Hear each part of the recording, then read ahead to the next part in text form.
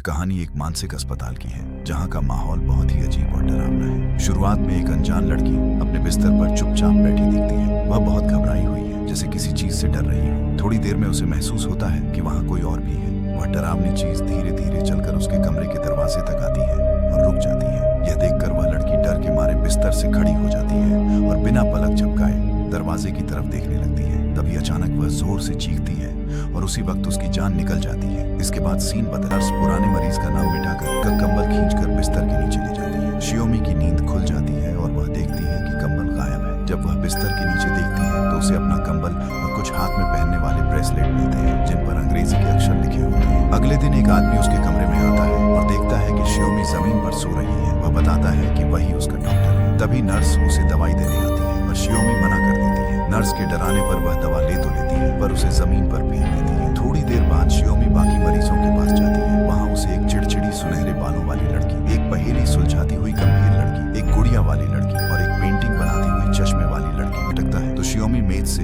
एक औजार चुरा लेती है। रात को वार्डन उसे दवा खिलाकर चला जाता है। उसके जाते ही शियोमी दवा थूक देती है और उसे तकिए के नीचे छिपा देती है। फिर वह चोरी किए हुए औजार से अपने कमरे का ताला खोलने लगती है। कमाल की बात यह है कि ताला खुल जाता है। वह चुपके से बाहर निकलकर अस्पताल के गेट की तरफ भागती है पर तभी वार्डन उसे पकड़ लेता है और वापस कमरे में बंद कर देता है। शियोमी बहुत मायूस हो जाती है। अगले दिन सुबह वार्डन उसे साफ कपड़े देता है। कपड़े बदलकर वह अस्पताल की कैंटीन में खाना खाने पहुंचती है जहां वह उस चश्मे वाली लड़की से शियोमी उस चश्मे वाली लड़की से पूछती है कि वह इस अस्पताल में कैसे पहुंची। पर इससे पहले कि वह कुछ बोलती, पास खड़ी सुनहरे बालों वाली लड़की गोल्डी बोल पड़ती है। वह कहती है कि वे सब और शियोमी यहाँ एक ही वजह से है। सबके दिमाग में कुछ न कुछ समस्या है, इसीलिए सबको यहाँ भेजा गया है। कुछ शियोमी पोज देकर बैठती है तो उसकी नजर दूर खड़े दो लोगों पर पड़ती है जो उसे ही घूर रहे थे। शियोमी पूछती है कि वे कौन है। चश्मे वाली लड़की बताती है कि वे अस्पताल के डॉक्टर हैं और वे अक्सर मरीजों पर अलग अलग तरह के प्रयोग, एक्सपेरिमेंट करते रहते हैं। दोस्तों, यह कहानी का एक बहुत जरूरी मोड हिंट है, इसे याद रखना। रात होती है तो वार्ड की लड़कियां एक छोटी सी पार्टी करती हैं। शियोमी उनमें शामिल नहीं होती,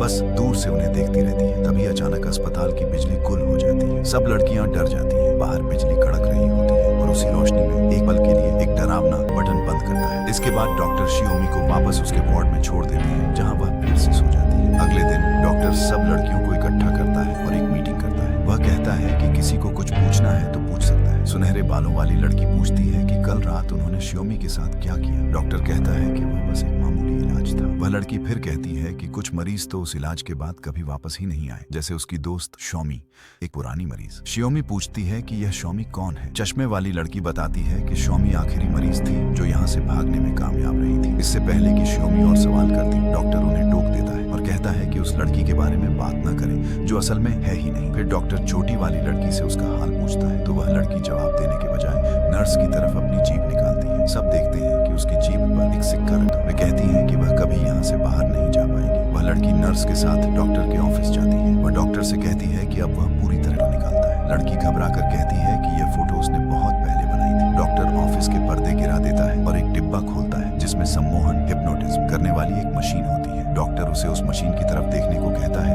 और उसे सुला देता है। लड़की के सोते ही डॉक्टर वार्डन को बुलाता है और कहता है कि एक मरीज कमरे में सो रही है। पर जब वार्डन उस लड़की के कमरे में पहुंचता है तो वहाँ कोई नहीं होता। डॉक्टर उसे ढूंढने का हुक्म देता है। सीन बदलता है और हम देखते हैं कि वह चश्मे वाली लड़की व्हील चेयर पर बंधी हुई है और कोई उसे धक्का देकर ले जा रहा है कि सब सो रहे हैं और वह चला जाता है। डॉक्टर के जाते ही शियोमी बिस्तर के नीचे से निकलती है और दोनों चुपके से बाहर आ जाती है। वे दोनों बाथरूम में पहुंचती हैं। शियोमी उस सिक्के का इस्तेमाल करके वेंटिलेशन, हवा आने वाली जाली के पेच खोल देती है। दोनों पाइप के रास्ते रेंगते हुए आगे बढ़ती है और एक नए हिस्से में निकलती है। वहाँ डॉक्टर गश्त लगा रहा होता है। डॉक्टर को वेंटिलेशन की जाली खुली देख शक हो जाता है। इधर शियोमी और गोल्डी को कदमों की आवाज सुनाई देती है तो वे छिप जाती है। किस्मत से डॉक्टर उन्हें देख नहीं पाता। डॉक्टर के जाने के बाद वह राक्षस उसके सिर पर बिजली के झटके देने वाली मशीन लगा देता है और पावर बढ़ा देता है। पावर जैसे जैसे बढ़ती है उस लड़की के चेहरे की नसें फटने लगती हैं और चेहरा खून से लाल हो जाता है। राक्षस पावर और बढ़ाता जाता है जिससे उसका चेहरा बुरी तरह जलने लगता है। जब बिजली का झटका अपनी पूरी ताकत फुल पावर पर पहुंचा तो उस घमंडी लड़की के मुंह से ढेर सारा खून निकला और वह वहीं मर गई। वार्ड की दूसरी लड़कियों को भी कुछ गड़बड़ होने का एहसास हुआ क्योंकि कमरे की लाइटें बार बार जल बुझ रही थी। तभी उन सबको पता चला कि वह घमंडी लड़की गायब हो चुकी है। राक्षस ने मशीन बंद कर दी थी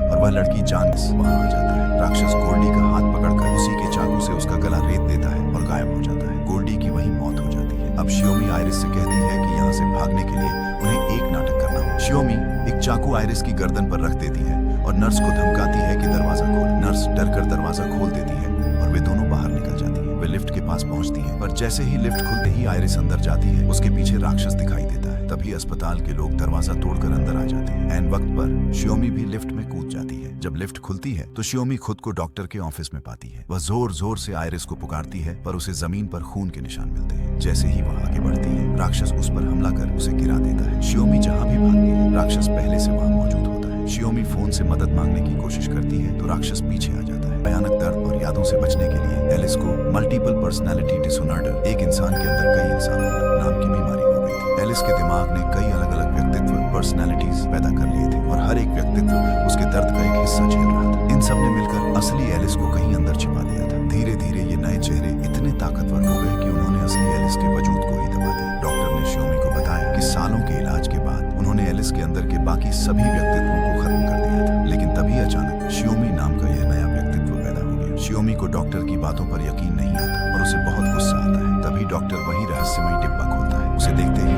शियोमी को सब कुछ याद आ जाता है। डॉक्टर शियोमी को अलविदा कहता है और तभी वह राक्षस जो एलिस का असली गुस्सा और दर्द था वहाँ प्रकट होता है। वह राक्षस शियोमी को पकड़कर ऑफिस की खिड़की से नीचे कूद जाता है। जब डॉक्टर खिड़की के पास जाकर नीचे देखता है तो वहाँ शियोमी नहीं बल्कि असली एलिस लेटी होती है। डॉक्टर ने सफलतापूर्वक शियोमी वाले व्यक्तित्व को भी खत्म कर दिया था। अगले दिन एलिस अस्पताल के बिस्तर पर जागती है। वह देखती है कि उसके माता पिता उससे मिलने आए हैं। अब एलिस बिल्कुल सामान्य नॉर्मल हो गई थी और अपने माता पिता को पुकार रही थी। तभी वार्डन कमरे में आता है। असल में अस्पताल में अब तक जो भी तोड़फोड़ या घटनाएं हुई थी वह सब एलिस ने खुद अकेले ही की थी, क्योंकि बाकी लड़कियां तो सिर्फ उसके दिमाग का वहम थी। वार्डन उसे वह टूटा हुआ ब्रेसलेट ठीक करके वापस दे देता है। मुख्य डॉक्टर भी वहां पहुंचता है। एलिस डॉक्टर से कहती है कि अब उसे सब कुछ याद आ गया है और वह बस अपने घर जाना चाहती है। डॉक्टर उसे बताता है कि उसे 2 दिन और निगरानी में रुकना होगा। फिल्म के आखिरी सीन में एलिस अपना सामान पैक कर लेती है और घर जाने के लिए तैयार होती है। वह मुंह हाथ धोने के लिए शीशे के सामने जाती है। जैसे ही वह शीशे के बगल वाला कैबिनेट अलमारी खोलती है, शियोमी वाला व्यक्तित्व अचानक अंदर से निकलकर उस पर झपट्टा मारता है। इसी के साथ फिल्म खत्म हो जाती है, जिसका मतलब है कि शियोमी का अंत नहीं हुआ था और वह अभी भी एलिस के दिमाग के किसी कोने में जिंदा है।